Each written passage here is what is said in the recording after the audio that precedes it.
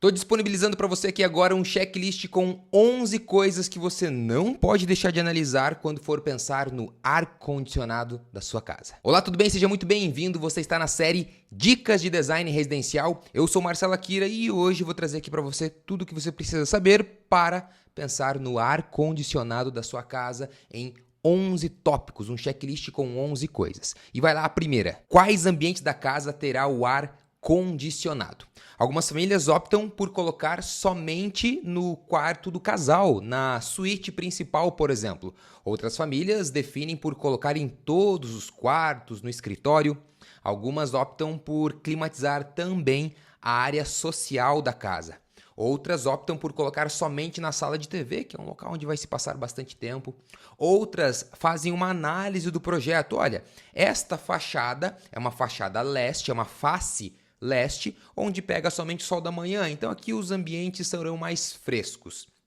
Por outro lado, essa outra fachada é uma fachada oeste, onde vai bater aquele sol mais duro, aquele sol mais pesado, e os ambientes voltados a oeste serão mais quentes, então nós climatizaremos esse espaço. Outras famílias optam pela climatização de todos os ambientes da casa. Segunda definição é sobre qual modelo de aparelho que será utilizado.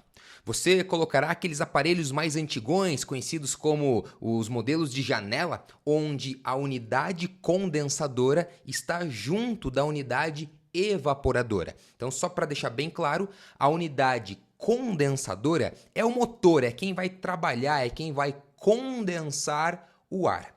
E a unidade evaporadora é quem vai soprar o ar, quem vai evaporar o ar. Nesses modelos mais antigões, os modelos de janela, a unidade evaporadora e a unidade condensadora ficam junto.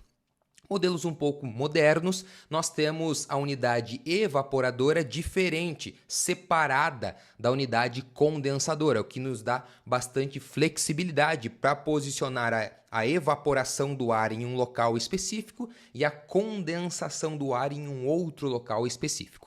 Nós temos também modelos que eu tenho ali uma única condensadora com múltiplas evaporadoras. Algumas marcas chegam até a ter 8 evaporadoras, onde você tem um grande motor e consegue setorizar em até 8 ambientes. Isso dá a flexibilidade de cada ambiente controlar o seu ar separado, enfim. Temos também o modelo cassete, aquele modelo que é colocado lá no teto. Ele me dá ali uma melhor distribuição do condicionamento do ar condicionado, porque eu posso posicioná-lo central e ele também tem 4 vias ali de evaporação do ar. Um pouco mais caro, mas também me traz muito mais qualidade. Já que nós falamos tanto de evaporador e condensadora, o terceiro ponto do nosso checklist é pensar onde posicionar a evaporadora.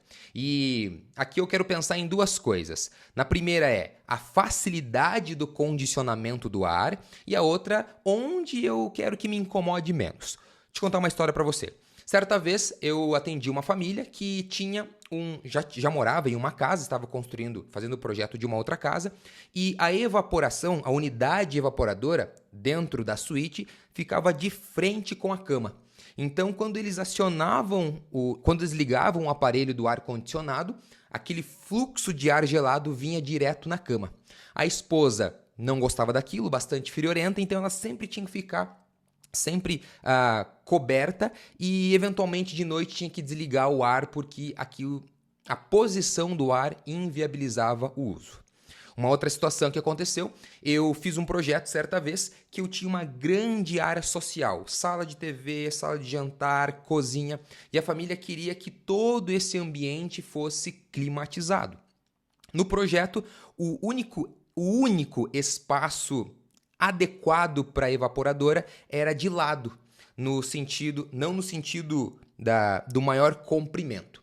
Aí quando nós chamamos os técnicos da empresa que forneceu o ar-condicionado para a gente, falou assim, olha, eu gostaria que vocês, nem que fosse necessário mexer no projeto para mudar o lado da evaporadora, porque ela empurra o ar nesse sentido, no sentido mais longo do ambiente. Então nós ganhamos eficiência na evaporação. Então, pensar onde nós colocaremos a unidade evaporadora é necessário validar onde vai me atrapalhar menos e onde vai ter a maior eficiência. Intervalo comercial aqui para dizer para você que você deve curtir este vídeo se ele está sendo relevante para você e também compartilhe para que mais famílias possam ser ajudadas. Quarto tópico do nosso checklist: onde posicionaremos a unidade condensadora. Então é muito comum não se pensar isso no projeto, mas nós aqui na Akira Design Residencial priorizamos isso. Para a gente é muito importante saber onde nós colocaremos a unidade condensadora. É muito comum algumas pessoas simplesmente colocarem nas paredes externas da casa, o que acaba sendo mais econômico. Porém, contudo, entretanto e todavia, nem sempre acaba sendo ali a situação mais estética, acaba prejudicando a harmonização da nossa fachada. Alguns projetos mais robustos acabam trazendo uma casa de máquinas, uma área técnica, onde nós colocamos ali os motores, as unidades condensadoras. Algumas outras famílias optam por levar esse motor, esse grande motor, lá para o telhado.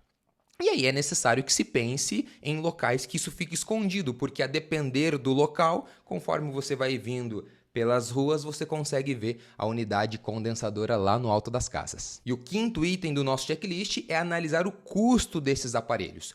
Por vezes a gente opta por trazer uma melhor eficiência, esse por ser mais bonito, por ser menos barulhento, mas eu preciso levar em consideração quanto custa cada uma das minhas escolhas. Os equipamentos cassete, aqueles que ficam centrais, são muito melhores, eles têm uma eficiência melhor, mas o custo é mais alargado.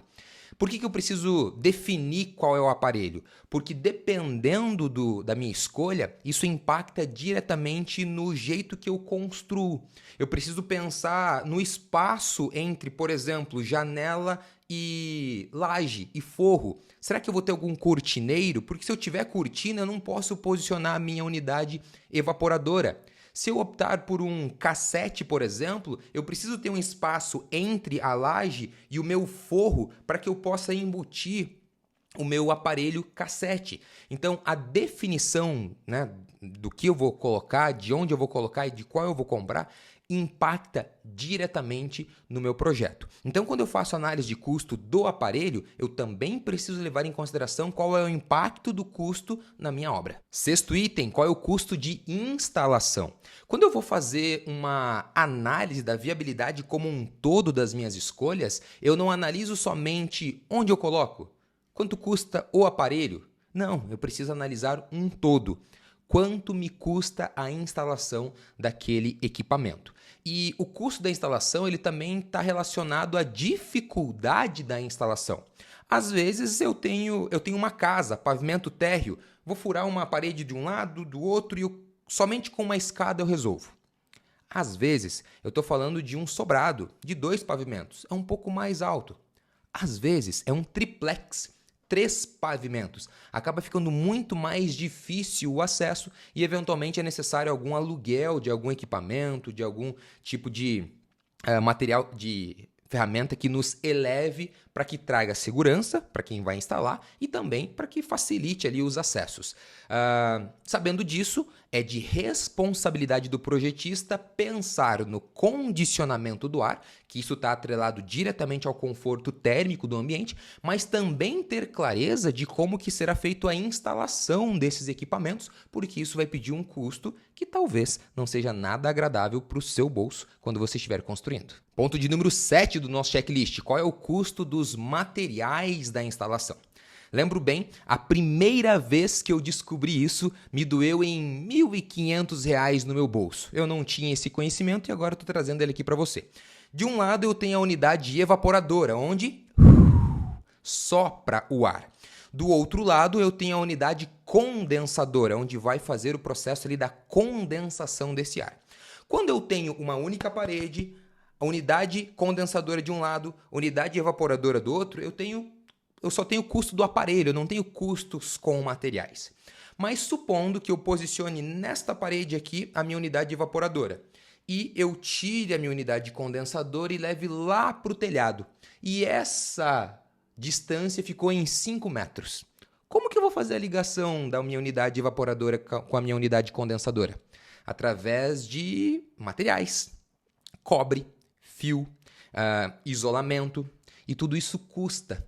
E eu lembro bem o dia que eu simplesmente pedi para o pessoal da instalação, muda daqui para lá, tal. Aí veio a conta. Eu só pedi para fazer, nem pedi, isso já tem alguns bons anos, e veio aquela conta ali de algo em torno de R$1.500. Eu falei assim, como isso, gente? Vocês estavam me cobrando R$400 ali mais ou menos para fazer a instalação e agora eu vou pagar quase R$2.000? Aí veio a explicação, olha Marcelo, é que você pediu para fazer aqui, então tem esse custo aqui dos materiais e tudo mais. E eu me assustei com aquilo, então, para que você não se assuste quando for fazer aí a sua instalação, pense que os custos dos materiais podem ficar muito mais caros do que a instalação e do que o próprio aparelho. Ponto de número 8, pelo amor de Deus, não posicione a unidade condensadora na fachada. Fica feio demais você ter aquela fachada coisa mais linda, muito bem pensada e aquele motorzão de ar. E digo mais, imagine pingando aquela aguinha que fica saindo da unidade condensadora. Não faça isso, não estrague a sua fachada. Se você está personalizando o projeto da sua casa, personalize também os espaços de área técnica, onde nós colocaremos esses motores de tal forma que a gente não estrague a fachada da nossa casa. Ponto de número 9. Não posicione a unidade condensadora em locais fechados. Algumas marcas, alguns aparelhos, eles são bastante silenciosos, mas outros eles acabam vibrando e emitindo alguns sons ali que não é legal. Além disso, é um motor. Se você tem um ambiente fechado, não é nada agradável para o motor trabalhar ali quase que enclausurado. Não, dê circulação de ar, ventilação para esse motor. Marcelo, como que eu faço para saber isso? Na fase de projeto a gente está vendo quais locais são fechados, quais locais são abertos e é óbvio, tudo isso impacta no projeto, na qualidade do projeto, nos custos dessas instalações. Ponto de número 10. Evite colocar condensadoras muito próximas e ainda se for em um local minimamente fechado. Como eu tenho vibração de uma, vibração da outra, pode ser que aconteça ali um processo em que as ondas sonoras se somem e aquele tum, vira um tum, fica chato. Você tem um conforto térmico, mas não tem um conforto sonoro. Então você resolve de um lado e estraga do outro. Ponto de número 11 do nosso checklist, garanta um local adequado para todas as coisas. O local adequado para evaporadora, o local adequado para condensadora. Agora que você já tem clareza de todas as coisas, vamos pensar nos nossos projetos onde posicionaremos todos os equipamentos. Eu quero trazer aqui uma dica bônus, um checklist bônus, o ponto de número 12. Você sabe que o motor do ar-condicionado fica lá pingando aquela água. Essa água ela sai, é a umidade do ar que o ar-condicionado tira. Dentro do processo ali da condensação do ar, essa água ela é retirada do ar. E, bom, estamos personalizando a nossa casa, certo? Bom, estamos personalizando tudo na nossa casa, certo? Então, minha dica, deixe embutido já nas paredes os drenos do ar-condicionado. Evite aquelas mangueirinhas externas, evite que fique pingandinho água, deixe tudo muito planejado, tudo muito organizado. Então, esses foram os 11 pontos que eu quero que você lembre quando for pensar aí no seu ar-condicionado. A gente utiliza isso daqui aqui na Akira Design Residencial para que os nossos projetos sejam de fato personalizados e respeitem esses pontos aqui. Você está na série Dicas de Design Residencial e, por favor, use aqui os comentários, diz para mim se está te agregando, se está sendo legal, se esse formato de checklist te agrada bastante. Valeu? Eu sou Marcelo Akira e nos vemos amanhã no nosso próximo vídeo.